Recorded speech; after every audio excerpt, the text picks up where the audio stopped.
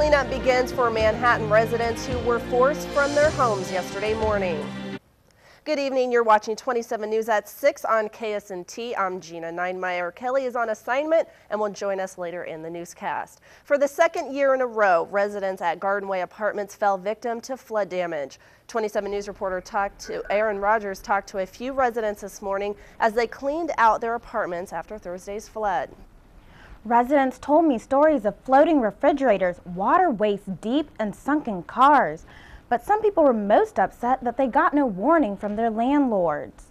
I'm like, well, what do I do? Because my daughter and I just lost everything. I mean, we have nothing. Michelle Pacheco isn't alone. With little warning, residents grabbed what valuables they could. There's a lot of damage that comes up probably about just below my waist level.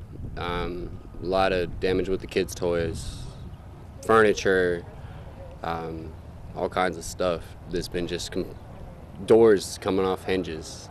It's completely obliterated, nasty, muddy. 5 inches of rain caused Wildcat Creek in Manhattan to flood.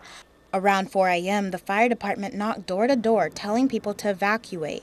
But some landlords were nowhere to be found, and some people say that makes them not want to live there. Here, no. After seeing, especially if they didn't tell me that it flooded before, yeah, I'd be mad right now. I'd be really mad. Most people with first-floor apartments lost nearly everything, and some residents had no time to move their cars. By the time I could try to get it out, the water's been maybe knee-deep.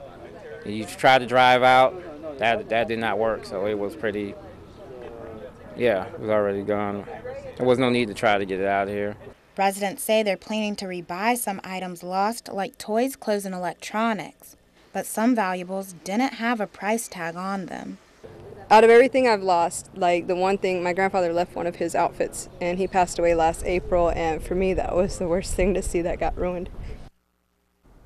Some residents told me that since they didn't have flood insurance, there's nothing that can be done, and they'll have to start all over.